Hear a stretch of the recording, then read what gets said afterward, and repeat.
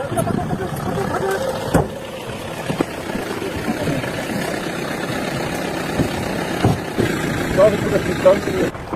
बेटा उतरो उतरो उतरो उतरो। बस बेटा आपका भाई पहुंच गया।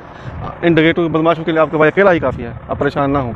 अस्सलाम वालेकुम नाजरीन, मैं हूं आपका मेज़बान मोहम्मद फारूक और आप देख रहे हैं माई पॉइंट।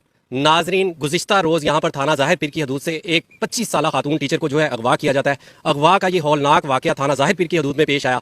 जैसे ही SHO असदुल्ला खान मसोई थाना ज़ाहिर पीर को इस वाक़े का इल्म होता है तो वो फ़ौरन प्राइवेट कार में जो है मुल्ज़मान का पीछा करते हैं और सिर्फ 10 घंटे के मुख्तसर दौरानिये में ना सिर्फ मुल्ज़मान को गिरफ्तार करते हैं बल्कि वारदात में इस्तेमाल होने वाली गाड़ी भी वो बरामद कर लेते हैं। इसके साथ साथ वो जो खातून टीचर होती हैं, 25 साला खातून टीचर, उसको भी बाहिफाजत जो है वो उसके घर पहुंचा देते हैं। इस वक्त असदुल्ला खान हमारे साथ मौजूद है। अच्छा असदुल्ला साहब, ये बताइए कि ये वाक़या पेश किस तरह आया, आपको किस तरह इस वाक़े की इन्फॉर्मेशन मिली और आपने इतने कलील वक्त में किस तरह इस तालबा को जो है वो बाजियाब करवाया?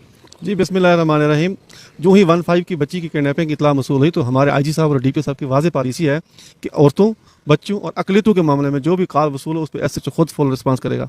इतला मसूल होते ही मैं मौके पर पहुंचा। मौके पर पहुंचते ही जो मुझे पता चला कि स्कूल टीचर थी, वो स्कूल से वापस आ रही थी, उसको किसी दो नामालूम बंदों ने अगवा कर दिया। फिर मैंने उसी गली में लगे हुए कैमरे को चेक किया तो कैमरे में महसूस देखा गया, आपने भी देखा, साहब ने देखा, ज़बरदस्ती अगवा किया है। फिर मैंने वहाँ के मौजूद बच्चों से पूछा तो उन्होंने कहा जी कार का रुख ज़ाहिर पीर की तरफ है। फिर मैंने अपने पूरे ज़िले में नाकाबंदी करवाई, मोटरवे पे भी नाकाबंदी करवाई। DPO साहब भी राब्ते में आ गए, उन्होंने मुझे लोकेशन देनी शुरू कर दी। हिदायतुल्लाह को फ़ोन किया कि आप सरकारी गाड़ी लेके CPAC की तरफ आ जाए। मैं उसी प्राइवेट गाड़ी पे मैं भी पीछे जा रहा था, हिदायतुल्लाह भी मेरे पीछे आ रहा था। अल्लाह ने हमें कामयाबी दी, जेनवन मुलजिम, जेनवन गाड़ी बरामद कर ली और बच्ची भी बरामद कर ली। देखें, बच्चियाँ तो सबकी सांझी होती हैं। जब इस बच्ची को देखा तो मुझे महसूस हुआ जैसे मेरी अपनी बच्ची के साथ ही ऐसा हुआ है। माशाल्लाह जी, बड़ी खूबसूरत बात की SHO साहब आपने कि आपको इस बच्ची को देखकर यूँ महसूस हुआ कि जैसे आपकी अपनी बेटी है। अच्छा, आप ये बताएं कि बड़ा हौलनाक ये मंजर होगा, उस खानदान पर तो कयामत टूट पड़ी होगी जिनकी ये बच्ची जो है ये मुल्ज़म अगवा करके ले जाए। इस अगवा के पीछे जो वजह थी वो वजह क्या थी? इस अगवा के पीछे ये इसके खाला मामू का बेटा है जिसने अगवा किया है। वो इनको रिश्ता नहीं दे रहा था। इसकी वालदा गरीब थी, वो कुछ जहेज़ की वजह से गुरेज़ां कर रही थी, तो इस वजह से उसने कहा था कि मैं ज़बरदस्ती तुझे उठा के ले जाऊँगा। तो उसने ज़बरदस्ती उसको उठाया है। तो उस बूढ़ी माँ ने, जब उस बूढ़ी माँ को देखा तो आंखों में आंसू भी निकल आए, उसके भी और हमारे भी। तो अल्लाह ने हमें कामयाबी दी।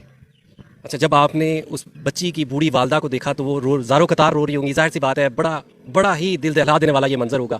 हर बंदे की जो आंख है वो अश्कबार हो जाती है। अब मुस्तकबिल में इस तरह के हादसात ना हो, आप पब्लिक को क्या पैगाम देना चाहेंगे? कोई इस तरह का मैसेज दें कि वो पुलिस पे भी एतबार करें और मुस्तकबिल में जो है इस तरह के हादसात से भी जो है वो बचा जा सके। नहीं, मेरे अपनी आवाम से, इलाके के लोगों से यही रिक्वेस्ट है कि खुदारा अपनी बच्चियों पर नज़र रखें। मोबाइल बिल्कुल ना दें, मोबाइल बिल्कुल नहीं देना इनको बच्चियों को। ये सबसे बड़ी बर्बादी की वजह जो है ये मोबाइल है। हाँ जी, बिल्कुल, आपने SHO असदुल्ला खान मसोई साहब की बात सुनी कि खुदारा अपनी बच्चियों पे नज़र रखें। हमारे जो बच्चे हैं, वालिदैन को चाहिए कि